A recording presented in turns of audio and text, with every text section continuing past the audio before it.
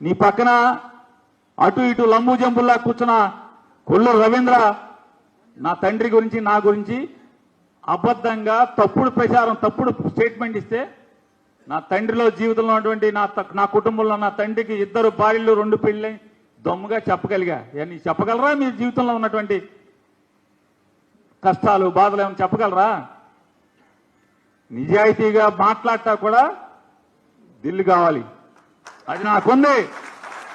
నా తల్లిదండ్రులు ఇచ్చిన ఆస్తి అదే నా ఆస్తి.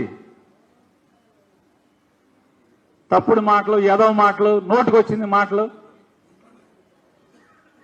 మరి నేను ఎందుకు పనికిరానివాడు కదా నేను.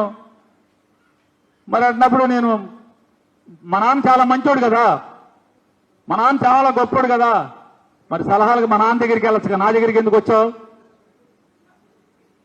కాదయ్యా, మా నాన్న అంత మంచోడు అంత గొప్పోడు కదా, నేను చెడ్డోని కదా, మరి మా నాన్న దగ్గరికి వెళ్ళి తెచ్చుకోవాల్సిన సలహాలు నా దగ్గరికి ఎందుకు వచ్చారంటనా? గతం మర్చిపోవద్దండి నేను చెప్తున్నాను. నేను ఎంతసేపు నోటుకు వచ్చింది నేనేం చెప్పాను? నీ ఆస్తి ఏముంటే నాకెందుకు? 100 కోట్లు 1000 కోట్లు ఉంటే 3 సార్లు తింటావు, 3 సార్లు వెళ్తావు. నాకేమన్నా అవసరమా? నీ ఆస్తి ఉంటే ఆస్తి లేదు. డబ్బును బట్టి విలువ కూడా పేరు నాని గుర్తుపెట్టుకోండి. మీ వ్యక్తిత్వాన్ని బట్టి స్నేహాన్ని బట్టి విలువిస్తాం. మరి నా దగ్గర డబ్బు లేని వాళ్ళే అందరూ కూడా నాయకులు. ఇక్కడ రోజు ఇంట్లో ఏం కూర ఏంటి, అన్నం ఏంటి, బియ్యం ఉన్నాయా లేవా అని ఎత్తుక్కునే వాళ్ళే వాళ్ళు నా దగ్గర కార్పొరేటర్లు, పంచాయతీ సర్పంచ్లు. డబ్బున్నోడికి ఎవరికి నేను పొరపాటున పడి ఇంట్లో తెచ్చి టికెట్లు ఇవ్వలే ఎప్పుడు. పిల్లల ఫీజుల దగ్గర నుంచి అన్ని బాధలు పడుతూ ఉంటారు. కానీ నా దగ్గర వాళ్ళు మేయర్లు అవుతూ ఉంటారు, కార్పొరేటర్లు అవుతూ ఉంటారు, ఎంపీపీలు అవుతూ ఉంటారు, ఎంపీటీసీలు అవుతూ ఉంటారు, జెడ్పీటీసీలు అవుతూ ఉంటారు.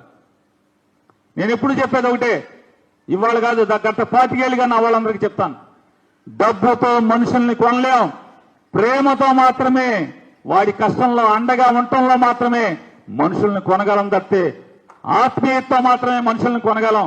డబ్బుతో కొనలేమనేది జాగ్రత్తగా గుర్తుపెట్టుకోండి అని చెప్తా.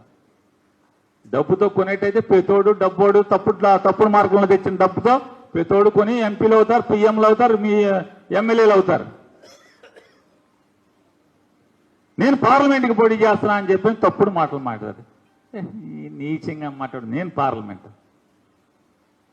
పార్లమెంట్ మెంబర్కి టికెట్లు ఇప్పించే స్థాయిలోనే ఉన్నా. నేను పార్లమెంట్కి పోటీ చేశాక నేను జరగటం.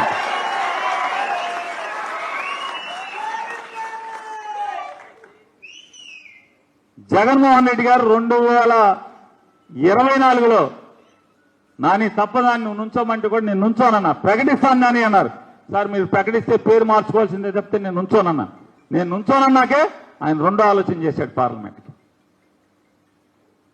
ఇప్పటికీ నా నాయకుడు ఈ మా గవర్నమెంట్ ఓడిపోయిన తర్వాత కూడా నువ్వు ఎమ్మెల్యేగా ఎక్కడొక్కడ పోటీ చేయి లేదా ఎంపీగా పోటీ చేయమంటే కూడా నేను చేయను. ప్రత్యక్ష ఎన్నికల్లో నేను ఉండనని చెప్పాను, ఉండను సార్ అని చెప్పా జగన్మోహన్ రెడ్డి గారు. నేను పార్లమెంట్ చేయడానికి సిగ్గుసారలాగా మాట్లాడేప్పుడు కొంచెం అవతరోడి వ్యక్తిత్వం ఏంటి చూసి మాట్లాడాలి. పేరుని నాని అనేవాడు నామినేషన్ వేసి ప్రత్యేక ఇల్లు తిరిగి ఓటు అడగటం, ప్రజలను ఓటు అడగటం జరిగేది లేదనేది గుర్తుపెట్టుకోమని చెప్పని తెలుగుదేశం ఎమ్మెల్యే వెంకట్రావుకి చెప్తున్నా. ఇకపోతే మీరు అన్నారు మా పార్టీ టికెట్లు ఇతను చెప్తాడంటాను. మళ్ళీ తమ్ముగా చెప్తున్నా, లోకేష్ గారు చంద్రబాబు నాయుడు గారు మీ ఇద్దరు టికెట్లు ఎత్తేయటం ఖాయం. రాసి పెట్టుకోండి ఈ మాట. కొల్లు రవీంద్రకి మీ పక్కన ఉన్న సుభాష్ కూడా తెలుసు ఈ మాట. ఇన్ఛార్జ్ మినిస్టర్ సుభాష్ కూడా తెలుసు, కొల్లు రవీంద్రకి కూడా తెలుసు. డ్రామాలు ఆడుతున్నారు మీ ఇద్దరు. నిన్ను పెట్టుకుని నన్ను తిట్టేసాక వాళ్ళు తిట్టలేక నిన్ను పెట్టుకుని నీ నోరు బాగా చెండాలని అని చెప్పి నిన్ను పక్కన కూర్చోబెట్టుకుని అటు ఇటు చేరి నన్ను తిట్టిస్తున్నారు.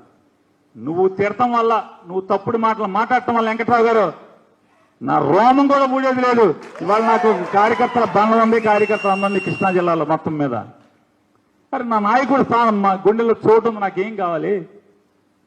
నీ దగ్గర పరపతి ఉంటే ఏంటి, పరపతి లేకపోతే నాకేంటి? నా జనం దగ్గర, బందర్లో జనం దగ్గర, బందర్ కార్యకర్తల దగ్గర, ఈ కృష్ణా జిల్లా కార్యకర్తల దగ్గర, రాష్ట్రంలో ఉన్నటువంటి వైఎస్ఆర్ కాంగ్రెస్ పార్టీ నికార్సైన కార్యకర్తలందరి దగ్గర నాకు చోటు ఉంది. నా నాయకుడి దగ్గర చోటు ఉంది. నాకు నీ దగ్గర నీ రికమెండేషన్, నీ పరపతి ఉంటే అంత నాకేంటి? నువ్వు నీకుండాలి. వెంకట్రావు గారు నీకు ఉండాలి, నాకు కాదు. నేను ప్రతిరోజు నిన్ను పార్టీలో ఉంచడాకే ప్రయత్నం చేశాను ఆయన మంత్రిగా ఉండి. దురదృష్టం ఉండలేదు, వెళ్ళిపోయావు. ఆయన ఎమ్మెల్యే అయ్యో ఏం తప్పే ఉంది, తప్పే ఉంది. నిజాయితీగా మాట్లాడు మొత్తం అన్ని.